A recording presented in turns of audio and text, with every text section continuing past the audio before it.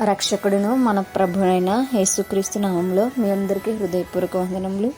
ఈరోజు దేవుని వాగ్దానము 146వ సంకీర్తన 7వ చరణము.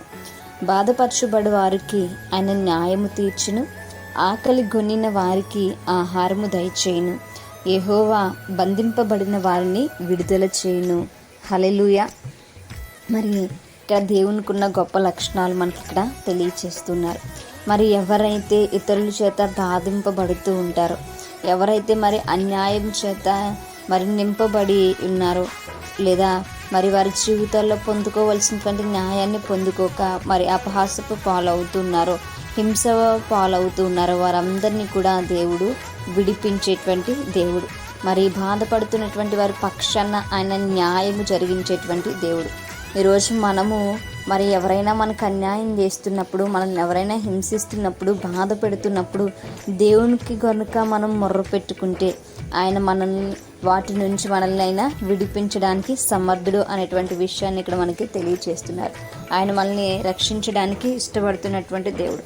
మన పక్షాన ఆయనే ఉండి, ఆయనే వాదించి మరి ఆయనే మనకి న్యాయమును తీర్చేటువంటి దేవుడు.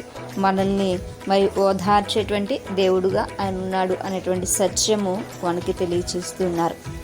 అదేవిధంగా ఆకలి కొనిన వారికి ఆహారం దయచేయను. హల్లెలూయా. మరి ఎవరైతే ఈరోజు అనేక మంది ఆహారం లేక బాధపడుచున్నారు కదండి. మరి ఆత్మీయంగా ఆహారం కొద్దివైనా సరే, లేదు అనంటే శారీరకంగా ఆహారం కొద్దువైనా సరే, మరి దేవునికి మొర్ర పెట్టినప్పుడు ఆయన ఖచ్చితంగా మనకి ఆహారాన్ని ఇచ్చేటువంటి దేవుడు. ఈరోజు అనేక మందికి ఆహారం లేనిటువంటి వారికి సరైనటువంటి సమయంలో దేవుడు వారికి ఆహారాన్ని సమకూరుస్తున్నాడు. ఈ విషయాన్ని మనం జ్ఞాపకం చేసుకోవాలి. ఆకాశ పక్షులకు మొదలుకొని మరి మానవుల వరకు కూడా మరి తగిన సమయంలో ఆహారం మనం భుజించుచున్నాము అని అంటే అది దేవుడు మనకు అనుగ్రహిస్తున్నటువంటి కృప. ఆ విషయాన్ని మనం జ్ఞాపకం చేసుకోవాలి. ఆయన దయ చేస్తూ ఉన్నాడు కనుకనే మనం ఈరోజు సమృద్ధిగా ఆహారము తినగలుగుతున్నాం, సమృద్ధిగా మనము జీవించగలుగుతున్నాం. ఆ విషయాన్ని మనం జ్ఞాపకం చేసుకోవాలి. మరి ఆయన బంధింపబడిన వారిని విడుదల చేయదు. హల్లెలూయా. మరి అనేక విధములైనటువంటి బంధకాలు అనేవి ఉంటాయి కదా. అపవాది చేత బంధింపబడడం ఉంటుంది. అది కాకుండా మరి ఈ లోకంలో కొన్నిసార్లు మరి మనల్ని అన్యాయంగా మరి బంధించి ఉంటారు అధికారులు. మరి అటువంటి వారిని కూడా విడిపించడానికి ఆయన మాత్రమే సమర్థుడు. మరి ఆయన మనల్ని విడిపించడానికి సిద్ధంగా ఉన్నాడు కనుక మనం ఆయన యొద్దకు వచ్చి మొర్రపెట్టేటువంటి బిడ్డలుగా ఉండాలి. మనము మరి దేవుని పైన ఆధారపడేటువంటి వారము ఉండాలి. మన దేవుడు మన పక్షాన ఉంటూ ఉండగా మనకు విరోధి ఎవ్వడూ ఉండడు కనుక మనము ఎల్లప్పుడూ ఆయన కృతజ్ఞతాస్తులు చెల్లించేటువంటి వారము ఉండాలి. ఇందులో మనం ఏ కోవకు చెందినా మరి దేవుడు మనల్ని విడిపించడానికైనా సిద్ధముగా ఉన్నాడు. మరి ఆయన యొక్క కృపా కాపుదల ఎల్లప్పుడూ మనం పొందుకునేటువంటి వారము ఉందాం. ప్రార్థించుకుందాం.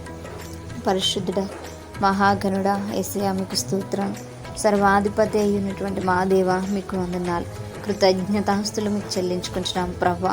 విరిగి నలిగిన హృదయంతో నీ యొద్దకు వచ్చినప్పుడు ప్రభువా, అయా మీరే నా తండ్రి మా ఆకలి తీర్చేటువంటి దేవుడు, మా బంధకాల నుంచి మమ్మల్ని విడిపించేటువంటి దేవుడు.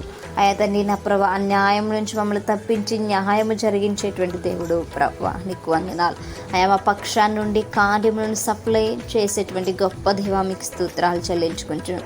అయా మీ పైన ఎల్లప్పుడూ ఆధారపడి ఆశ్రయపడి నీ సన్నిధానంలో మోకరించి స్తుతించి ఘనపరిచేటువంటి ధన్యత మాకును మా అందరికీ దయచేయమని ప్రార్థన దయచేసి మీ పాద సన్నిధి చేర్చుకోమని యేసయ్యా అతి పరిశుద్ధ నామములో అతి మిక్కిలి నేముగా బ్రతిమలాడి వేడుకొని పొందించిన మా ప్రియ పరలోకపు మా కన్న తండ్రి. Praise the Lord everyone. May God bless you all.